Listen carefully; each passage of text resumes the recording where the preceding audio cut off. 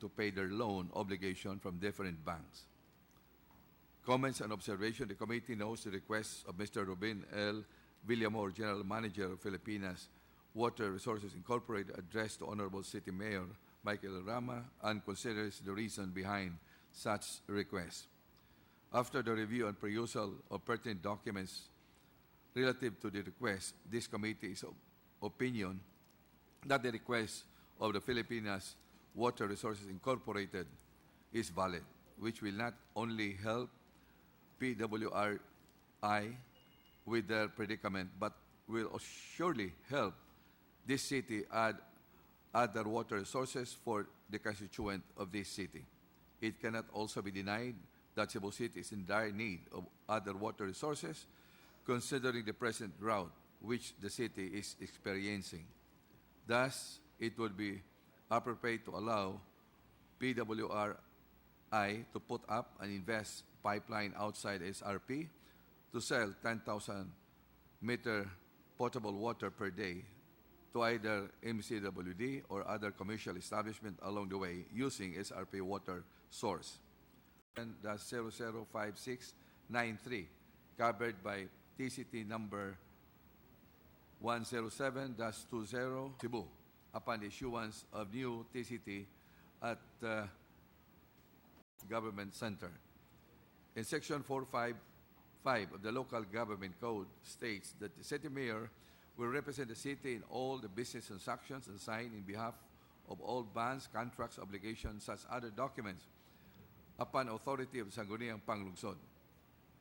Considering the proposed resolution and the draft of the deed of donation, this committee finds it necessary to secure copies of all annexes from A to H attached in the deed of donation for an in-depth evaluation of this committee prior to its final action on this matter.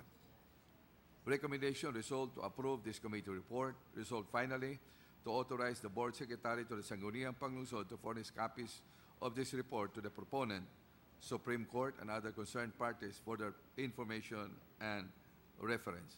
So moved, Mr. Chair.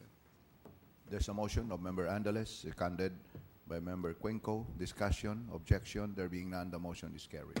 Mr. Chair, Yes, Member. for consideration, Mr. Chair, based on the report. Discussion, Yeah. discussion, yes. For the consideration, Mr. Chair. Yes. On the previous report of Honorable Angeles, he mentioned about 10,000 meters. Is it possible can we put it cubic meters? Seconded by Member Cuenco. Discussion, objection, there being none, motion is carried. So place the word cubic instead of just matters. To be Third committee report. please Mr. go ahead, Chair. Member Angeles. Refer to the Committee on Laws, Ordinances, and Public Accountability and Good Government for comments and recommendation. Therein proposed ordinance of Member Alvin M. Dizon, entitled, and I quote, an ordinance of the Local Government Code of 1991 states that Sangguniang Panglungsod, as a legislative body of the city, shall act ordinances, such ordinance intended to promote general welfare of the inhabitants of the city, unquote. Considering the intent of this proposed resolution, this committee finds the same to be within the power of this august body to enact. However, the committee suggests to refer the appropriation provision of the proposed ordinance to the Committee on Budget and Finance, and a public hearing be conducted on the proposed ordinance to hear the sentiments of all stakeholders. None, the motion is carried. Can we have the date of the public hearing? Madam April Secretary. 27, sir. That will be Member, and any more committee reports? Committee on Games. Member Gabuya Jr., please. Thank you, Mr. Chair. Referred to the Committee on Games, Amusement, and Sports for comments and recommendations. The proposed resolution of Member Nendel Hans Abella, a resolution allowing and approving the request of the Cebu Chamber of Commerce and Industry to hang lamppost banners for the celebration of Cebu Business Month 2016 and waiving the pertinent fees in the amount of 1,125,000 pesos. The committee recognizes the significant contributions of Cebu Chamber of Commerce and Industry to the economic status. However, the committee believes that 1,120,000 pesos is such a huge amount to waive or give up because such amount can already provide some basic services to the city and its inhabitants. Hence, the committee requests Cebu Chamber of Commerce and Industry to pay the amount assessed for its lamppost banners, close and open parenthesis, vertical 1 meter by 3 meter per 600 pieces, for the celebration of Cebu Business Month 2016 from May 18, 2016 to July 1, 2016 in time of its celebration of Cebu Business Month 2016. This committee further requests that CCCI to remove the banners without cost from the Cebu City government not later than July 3, 2016. Accordingly, the committee recommends the following: resolve to approve this committee report, and resolve lastly to authorize the board secretary to the Sangguniang Panglungsod to furnish copies of this report to the proponent, Office of the Treasurer, Office of the Budget, for their information and guidance. So move, Mr. Chair.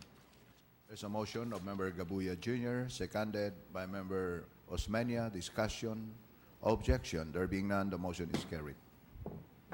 Second committee report, please. Mrs. Chair, referred to the Committee on Games, Amusement, and Sports for comments and recommendation. The request of the managers, players, and coaches of the different softball teams based in Cebu City regarding assistance from the Cebu City government by providing venue for their weekly practices and tune and equipment, Mr. Chair.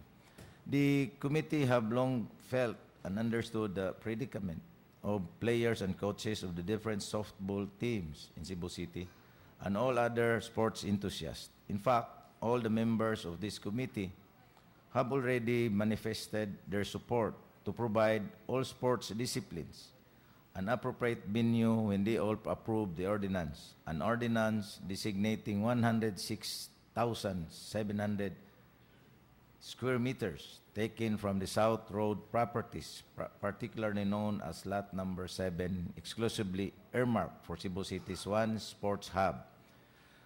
Thus, this committee recommends to Mr. Roberto Barquez, manager of SRP, to designate a temporary area in SRP as the venue for the weekend practices and tune-up games of the different softball teams in Cebu City.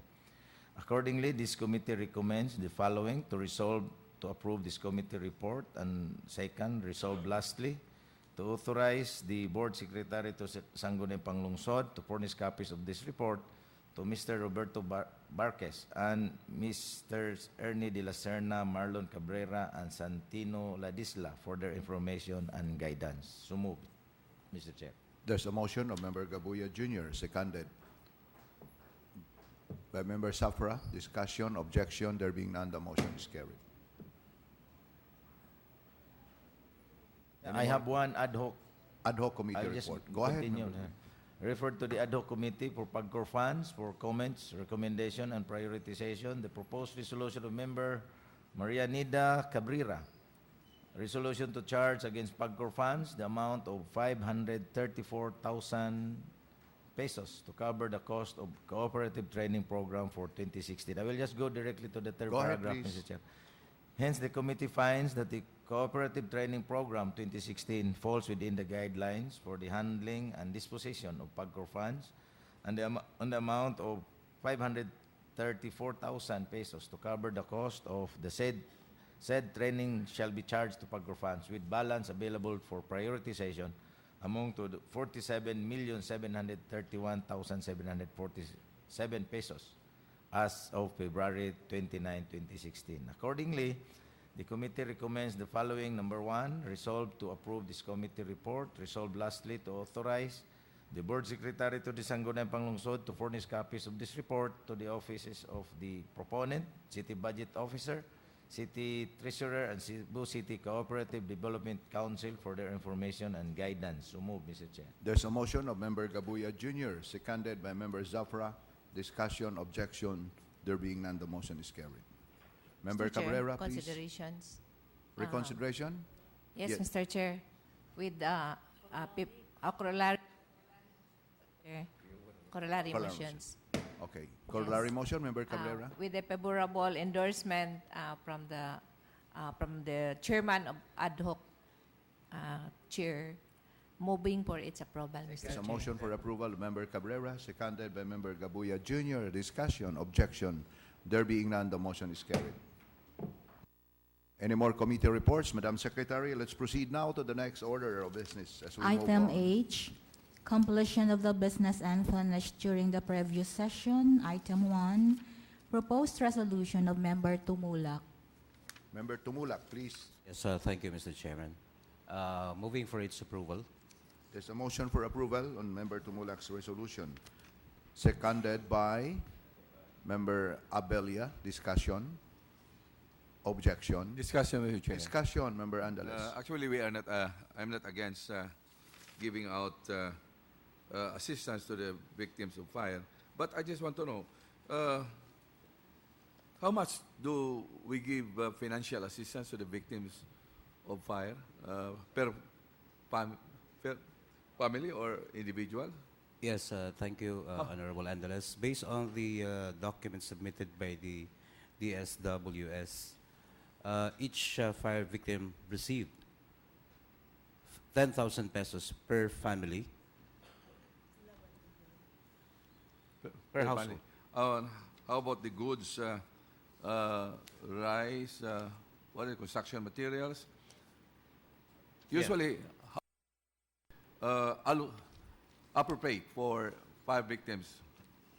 The document submitted by the DSWS, it states that the total number of households affected are 18, house owner totally 16, the sharer 11, total number of families, go directly to the families, is 35, total number of person is 150. The 10,000 pesos, they released 350,000 pesos for the financial assistance. But the other documents,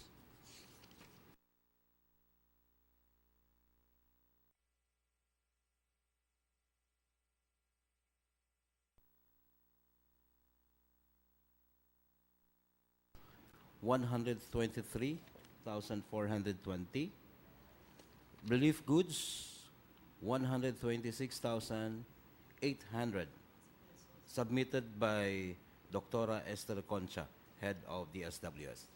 So relief goods are also being distributed by DSWS. The SWS. What are these relief goods? I don't know, but they submitted the documents. Mr. Chair, Yes, Member Osmeña, please. if I think most of the relief goods will come in food, rice, noodles, sometimes they give mga balde and food for at least 3 days, no? At least 3 days. 3 days. Food for 3 days. Food for Okay. children. Chair. Any more discussion? On Yes, another yes, note, Member. Mr. Chair, again, I have no objection. But speaking of state of calamity, the mayor declared a state of calamity for the city earlier, I think late last week, no? Because, and we do know that there is a pending calamity as far as the water is concerned. I would just like to find out, don't we have to confirm that in the council also, Mr. Chair? I think so, yes. And I understand. On the amendment portion.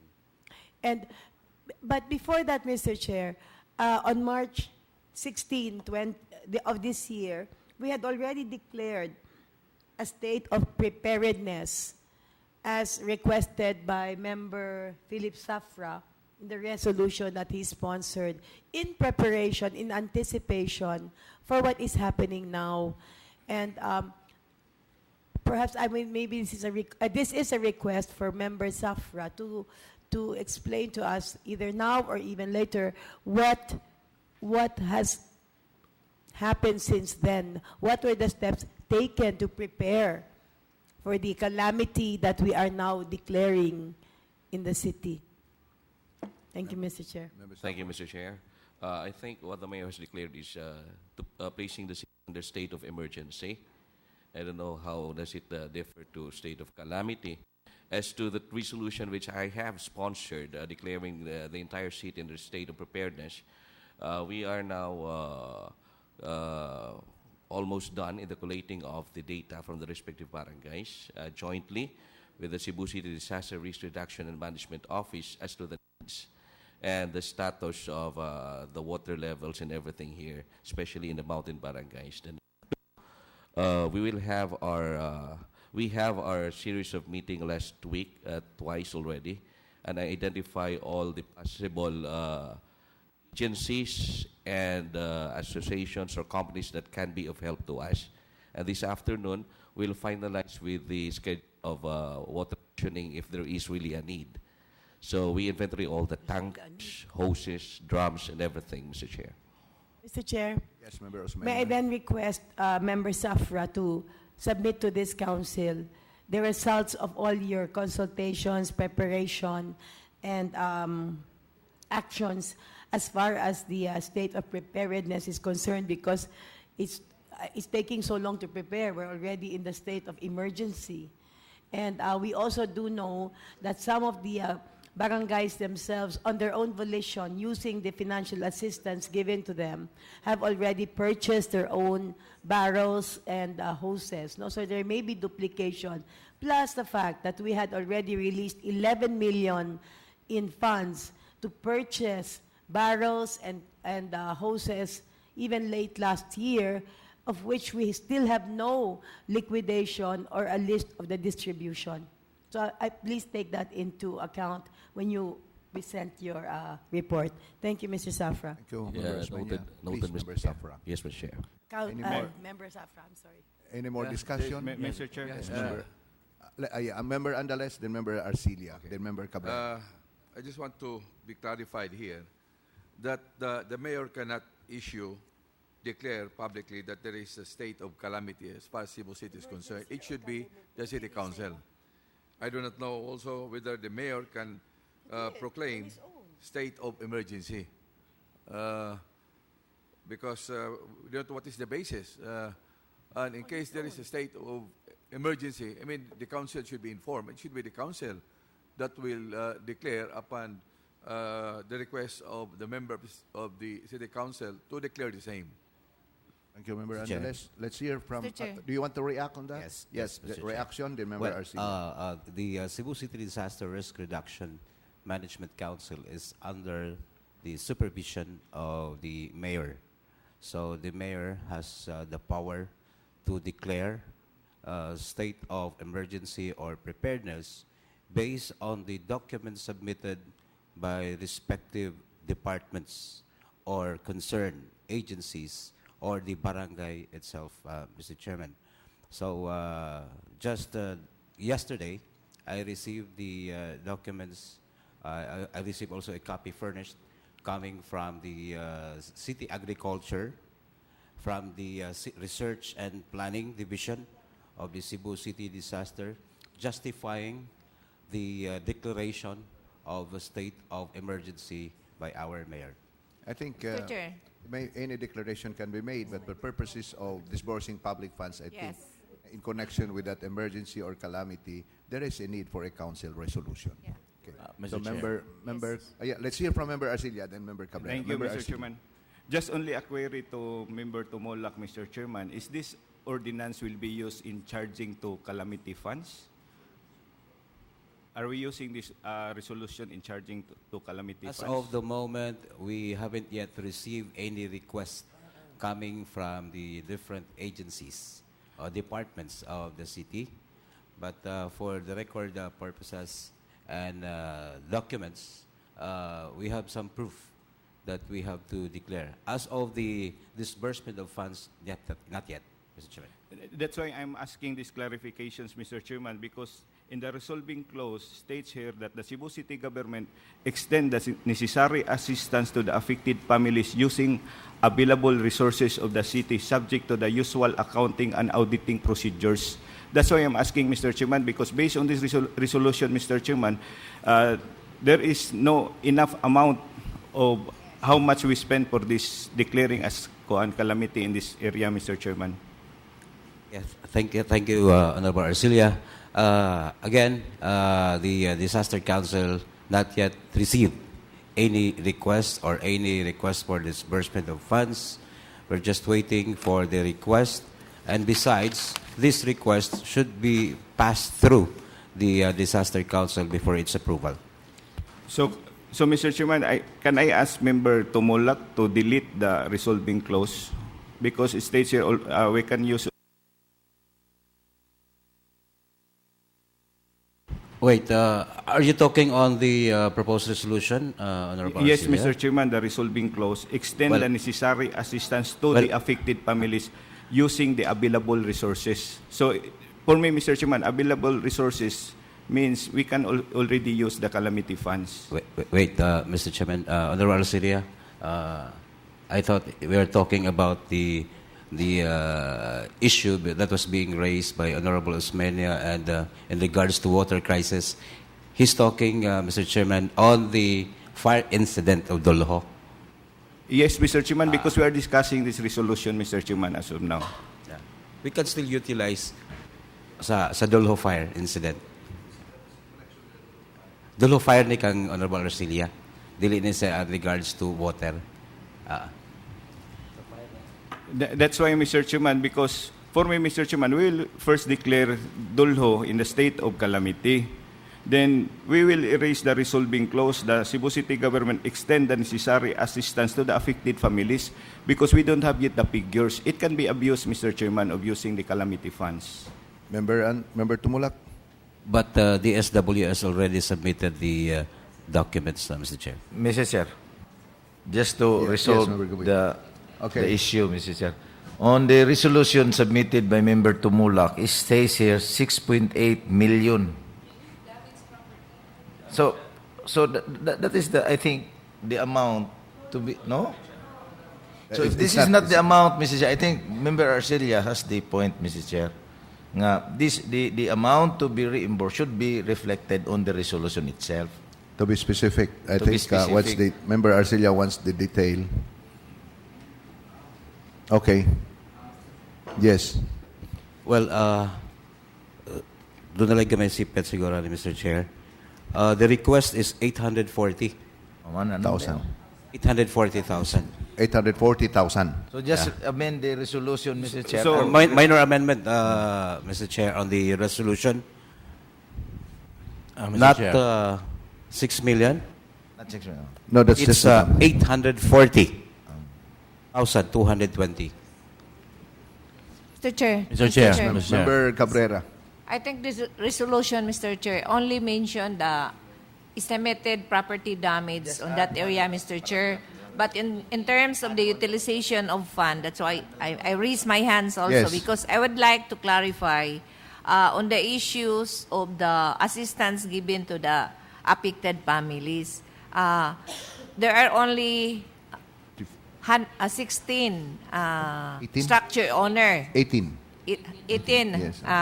household owners. So, and then Member Tumolak mentions that the utilization for the 10,000 funds to be given to them is 350,000. So I computed 10,000 in its household beneficiaries is only 160,000. Are we giving its families or the household, the structure owner only? Well, Mr. Chair, there are some major changes, specifically on the figures. I will reintroduce this resolution next regular So, there's session. a motion to defer? Move to the, How is defer? no, move to Mr. Chair. Pardon me? Move to Move to Defer. Defer. defer. Mr. until Chair, next Mr. week. Chair. Yes, Member Carillo. If a member Tumulak would agree, we'll proceed with the declaration of the calamity. Normally, Mr. Chair, we just declare, and then after the declaration, the fund in the calamity fund, we will use the quick response fund. And normally, in our procedure before, the SWS will submit the expenses so that we will know how much they spend in a certain disaster or a certain calamity so that we can examine what are the expenses. But normally now I do not know what is happening. That is no longer happening. But we can proceed with the declaration of calamity, Mr. Chair, and then later on let the SWS submit their within a certain period of time, their liquidation and expenses, Mr. Chair. Mr. Only Chair, for the Mr. purpose Chair, of the... Yes, member. precisely, that was the point raised by Member Member Arcilia. Arcilia. Because in the resolution itself, doon naman Yeah, that's why he was asking to have deleted the resources. Exactly, we So, just delete. approve And as then- to the declaration of calamity. Remember, I just want, before that, bang the gavel, Mr. Chair, I just want to ask Honorable Tumulak the specific amount now, because the fire occurred last March yet, and if ever we have to declare state of calamity in that area, at least the amount, the exact amount released by DSWS should be embodied also in the said resolution, so that we will know how much is total amount. I would also agree on the observation of our colleague. Yes, Mr. Chair, I would like to request also the DSWS next time, they have to submit earlier because this data I received just yesterday. Thank you. Member Archibald Senior, please. Mr. Chairman, I think time is very important here. There's already calamity.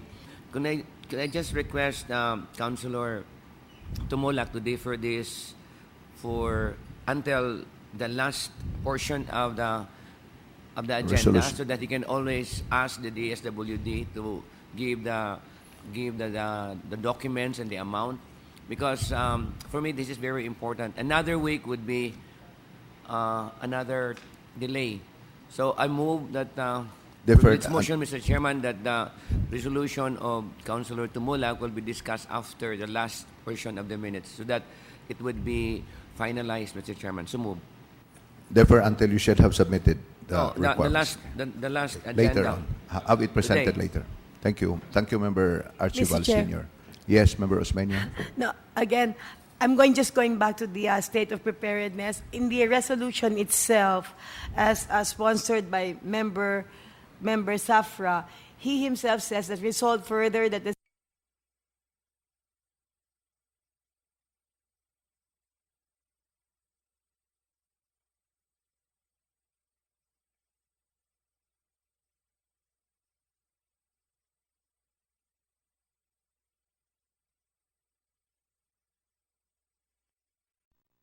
just want to put Yes, that on okay. record, It's on Mr. record. Chair. March And, 23, the resolution of Member 2016. Tumulak is deferred until it shall have submitted. Thank you, the- Mr. Chair. Thank you. Next item, Madam Secretary. We have two more inclusions, Mr. Chair. The first resolution of Member Eugenio Gabuya Jr. Member Gabuya Jr., please. attachment, Mr. Chair, I am now moving for its approval. There's a motion for approval of Member Gabuya Jr., seconded by Member Archibald Senior. Discussion, objection, there being none, motion is carried. Then we have the proposed resolution of Members Richard Osmeña and Noel Wenceslao. Member Wenceslao. Mr. Chair, in the absence of Member Osmeña, Mr. Chair, I would like to defer this resolution. Deferment. Okay, next item, please, Madam Secretary. We have the final deliberation on the proposed ordinance of Member Roberto Cabarubias Member entitled An Ordinance Establishing and Adopting a Paperless Application Process for Building Permits in the Office of the Building Official, Cebu City. Member Cabarubias, please. Thank you, Mr. Chairman. Mr. Chairman, Gandhi once said, "What we are doing to the farthest of the world is but a mirror of reflection of what we are doing to ourselves and to one another. Thus, if we continue to call for the development without regard to the environment, it is tantamount to feeding our craving for food without regards to our health. It is the aim of the ordinance that by establishing and adopting the efficient use of paper in the building permit application, the City of Cebu may be viewed and recognized by its constituent as contributor to environmental conservation is the bigger picture. To this nation's sustainable development, furthermore, by using the innovation of this time, we will be at an advantage by having been able to preserve our building records for a longer period of time. Later on, Mr. Chairman, soon to be, we will have our building plans bear an electronic or digital signature. A digital signature, Mr. Chairman, often referred to as advantage as a standard electronic signature, falls under into subgroup of electronic signatures that provides the highest level of security and universal acceptance. Digital signature, Mr. Chairman, are based on public key infrastructure, PKI technology, and guarantee designer identity and intent, data integrity, and non-repudiation of signed documents. The digital signature cannot be copied, tampered, or altered in addition because the digital signature are based on the standard PKI technology. They can be validated by anyone without the need of proprietary verification software. On the other hand, Mr. Chairman, the electronic signature and the proprietary format, there is no standard of electronic signature that may be digitized, image of handwritten signature, a symbol, voice print, and so on, used to identify the authors of this electronic message. An electronic signature is vulnerable to copying and tampering and invites forgery. In many cases, electronic signature are not legally binding on all required proprietary software and validated e-signature. As a result of the public hearing, Mr. Chairman, consultation, we have slightly revised the proposed ordinance to now reflect the following. Section 1, the title, Ordinance Establishing Adopting the Efficient Use of Paper in the Application Process for Building Permits in the Office of the Building Official, OBO, Cebu City. Lest we painted an encouraging misnomer, we have removed the reference to a paperless and replaced the same with more appropriate description of efficient use of paper, adopting the same definition as hereby provided for a paperless. The preambular clauses reference have been made to Presidential Decree number 1096, PD 1096, which revised Republic Act number 6541, the National Building Code. It is duly noted that PD 1096 requires at least 5 sets of building plans and specifications. However, it is our considered position that the same is not contrary to the proposed ordinance. If we just required 4 sets of the documents, an electronic form, 1 a hard copy, after all, the PD 1096 only requires that all sets be signed by and sealed by a pertinent engineers, which we will require an electronic form. Untold, allowed to leave the rhetorical questions as to all. What we will do with our planned structures if no planet to build it on? Thank you, Mr. Chairman. So that is my opening statement, Mr. Chairman. What is now the pleasure of Member Cabarubias? I'm moving for the approval of my ordinance, Mr. Chairman. There is a motion for approval seconded by Member Tumulak. Discussion, objection. Discussion, objection. There being none, the motion is carried. The ordinance is hereby approved. Thank you. Thank you, Brad. Thank you. Congratulations, pa. Next item, Madam Secretary. We have the letters and endorsements, consideration of the present business, items 1 to 7. Member Osmeña, please. Yes, Mr. Chair, I move to note items 1 to 7, Mr. There's Chair. a motion to note by Member Osmeña, seconded by Member Cuenco. Discussion, objection. There being none, the motion is carried.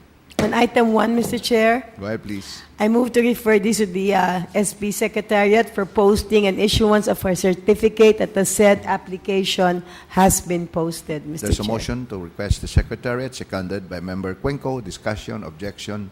There being none, the motion is carried.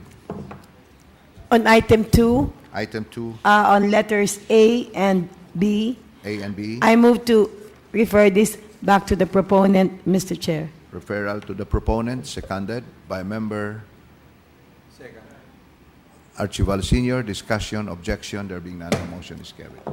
Item 3, Mr. Chair, Item 3, I move to refer this to the proponent, Member Wenceslao, to Mr. the Chair. proponent, seconded by Member Archival Senior. Discussion, objection. There being none, the motion is carried.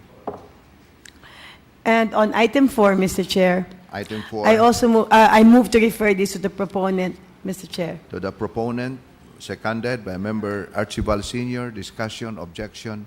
There being none, the motion is carried. Mr. Chairman, Yes, number member. 5, refer to NGCP for their comments. There's a motion to refer Second. this I'll to second. comment, seconded by member Arcilia. Discussion, objection, there being none, the motion is carried. On item 6B, Mr. Chair. Item 6B, Yes, Mr. Chair. I move to refer this to the HRDO and for them to reply, to give their response to this by the next session, Mr. Chair. motion to referral to HRDO for comment on this request within, and to be 1 week, submitted- Mr. Chair. To be submitted during the next regular, on or before the next regular session. Yes, Mr. Chair. Seconded by member Abella. Discussion, objection, there being none, the motion is carried. 6C, Mr. Chair.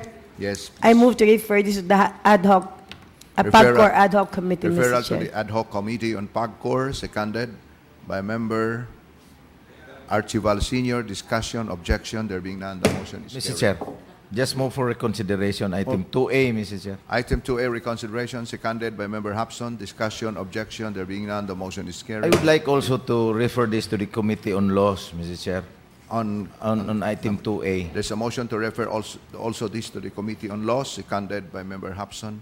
Discussion, objection, there being none, the motion is carried. Mr. Chair, on item 7, Item 7, I move to refer to the city legal office, Mr. Chair. referral to the City Legal Office, seconded by member Safra. Discussion, objection, there being none, the motion is carried. Proposed resolutions, ordinances sponsored by the following city councilors. Item 8. Proposed resolutions of Member De Los Santos. Member De Los Santos, please. Mr. Chair, for items A to G in omnibus manner, moving for its approval. There's an omnibus motion of member De Los Santos on item 8A until G, seconded by member Hapson.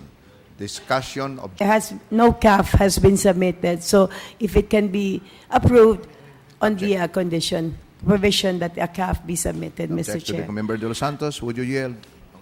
Yield, Mr. Chair. Thank you, And member on De Los Santos. items B up to G, Mr. Chair, there is no specific explanation here if these are renewals, Mr. Chair, because would this be, if they are not renewals, Mr. Chair, would they be covered by the election ban? Are these renewals? Nothing in the papers that has been submitted to me, Mr. Chair. I We found just- the word renewal. But, Mr. Chair, some of the doctors here I know are already there for the longest Yeah. time. But I don't know, there is no resolution coming from CCMC that they are renewal. And I'm not certain also if this is part of the election ban. Let me see. Where is member Andales, our legal luminary? Well, as far as consultancy is concerned, I think that is not covered under That the is election not ban. covered, so there's no problem. Okay, that's approved. Next, Item 9. Proposed resolutions of Member Dizon. member Dizon, please. Moving for the omnibus approval, Mr. Chairman, together with Member Hapson. So move, There's Mr. an Chairman. omnibus motion of member Dizon together with member Hapson, Automatic, seconded by member Zafra. Discussion, objection, there being none, the motion is carried. Item 10. Proposed resolution of Member Cabrera. Member Cabrera, please. Yes, Mr. Chair, moving for its approval. There's a motion for approval, member Cabrera, seconded by member Abella. Discussion, objection, there being none, the motion is carried. Item 11. Proposed ordinance of Member Archibald Sr. entitled An Ordinance Granting Accidental Death Dismemberment Insurance Benefit to Barangay Tanods and to provide funds thereof. Member Chairman- Archival Sr., Mr. please. Chairman, move to refer to Committee on Laws. Referral to the Committee on Laws, seconded by member De Los Santos. Discussion, objection, there being none, the motion is carried. Move to suspend the House Amendments. rules. There's a motion to suspend the House rules, seconded by member Wenceslao. Discussion, objection, there being none, the motion is carried. Yes, what's the pleasure of the body? Yeah, move to No, I have amendments, there's one more. Mr. Chair. There's one more. Yes. Yes, member Gabuya Jr. Resolved to, as it is resolved, to grant 10% amusement tax reduction to the gross admission receipt to the Basilica Minor del Santo Niño in holding the concert dub as 450 Cap Plug Concierto on April 27, 2016 in Cebu Coliseum. So on and so forth, Mr. Chair. So move, Mr. Chair. There's a motion of Member Gabuya Jr. Discussion. Seconded by Member Safra. Discussion. Objection. There being none. Second, Mr. Resolved, but this is why resolved to grant 10% amusement tax exemption to Ballet Center Inc. in staging 2016 summer and fall ballet on June 9, 10, and 11, and December 8, 9, and 10 in Seconded by Ayala Member Theater. So move, Mr. Safra. Chair. Discussion. Objection. There being none. The motion is carried. Any more? Yes, Yes, Chair. Member Andales, I will please. just go to the resolving clause. Yes, Mr. go Chair. ahead, Member Andales, please. Resolved to approve the aforesaid project proposal of Barangay Pahina Central with a total amount of 8 million as financial assistance to barangay per Barangay Development Plan of 2015 to authorize the acting secretary for his copies of his resolution to Barangay Pahina Central, Office of the Mayor, Budget Office, Accounting Office, and Treasurer's Office of the city for its information and guidance. So motion of Member Andales, seconded by Member Cabrera. Discussion. Objection. There being none. The motion is carried. Second, Mr. Chair. Go ahead, Member Andales. To commend and congratulate the following exemplary and exceptional achievement of the third highest place on April 26 electronic technician licensure exam. Third place, Joseph Lawrence de la Rosa Capunong of Cebu Institute of Technology, University. Third placer, Blaise Gail Durano, Talisaysay, University of San Carlos. And to authorize the board secretary to furnish copies of his resolution to the top-notchers, CITU and University of San Carlos. So move, Mr. Chair. There's a motion of Member Andales, seconded by Member Safra. Discussion. Objection. There being none. The motion is carried. Adjournment. Mr. Chair. Adjourn, Mr. Chair. Mr. Chair. Yes, Member. No, adjourn, no Yes. problem. But may I just remind... Mr. Chair, there's I still have- a pending... I have some Sorry. pending one. Oh, there's a yeah. pending. Yes. Yeah. Can we just have that deferred in the next session? You have already? The essence of, according to member time element. Okay. So do we have? Yes, already? sir. I go directly to the resolving clause, Mr. Okay. Chair. Go ahead, please. Make it To, of record. to Madam declare the whole Secretary. city of Cebu under the state of calamity in view of the intensifying effect of the El Nino phenomenon, which the city agriculture submitted that the total number of affected land area is 87.4. Total value is 13,439,000. And total number of affected is 317 of the 28 mountain barangays of the city of Cebu. So move, Mr. There's Chair. a motion of Member Tumulak, Chairman, seconded by Member Abella. Discussion. Objection. Discussion, Mr. Discussion. Member Arcilia, please. What is the... As of now, Mr. Chairman, I did not receive any copy of that particular resolution, Mr. Chairman. I am just asking if we are just only declaring a calamity or we are already now charging of any funds charged to calamity funds. Member Tumulak. Yes, Mr. Chairman, as of this time, we have not yet received any request for funding purposes. Oh, it's just a declaration of Mr. calamity. Chairman, if Member Tumula could agree, Mr. Chairman, we will just include it to the next agenda, Mr. Chairman. But let's have it declared as a calamity. Yeah, already. yes, Mr. Chairman. Only for the purpose of declaring state of calamity. Seconded by Member De Los Santos. Discussion. Objection. There being none, the motion is carried. Mr. Chairman, Yes. one more, Mr. Chairman. Resolution to declare Barangay Yes, go Bangon ahead. under a state of calamity as a result of the fire that gutted the area on April 2, 2016. Whereas Sitio Manga was raised by fire on April 2, 2016 at around 1:15 a.m.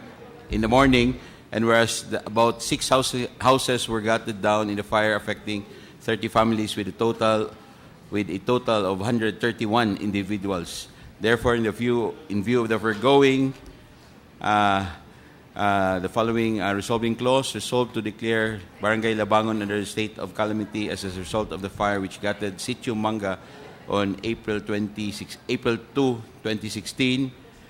Resolved further that the Cebu City government extend the necessary assistance to the affected families, and resolved further to furnish copies of this resolution to Barangay Labangon, SCC, DRRRMC, the City Accountant's Office, and the City Treasurer's Office, all from the city for their information and guidance. So There's a moved, Mr. motion Chair. of Member Abella, seconded by Member Cuenco. Discussion, objection, there being none, the motion is carried. Adjourn. Please be reminded, yes, the chair. May I remind all that we have a budget hearing tomorrow at 2 o'clock. Please attend. Please because, be on time. Yes, on time also, as requested by the chairperson of the Budget Committee.